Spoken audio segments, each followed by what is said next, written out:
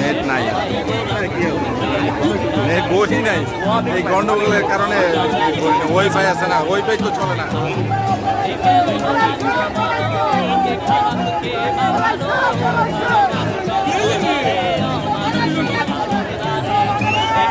এত লোককে দেখছে, আমার মনে হয় এটা পৃথিবীর রেকর্ড একটা।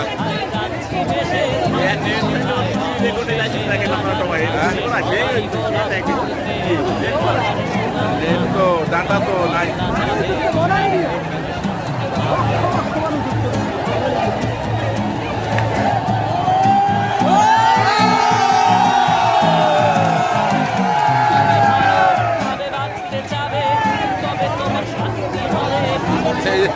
দেশ স্বাধীন হয়েছে কোথায়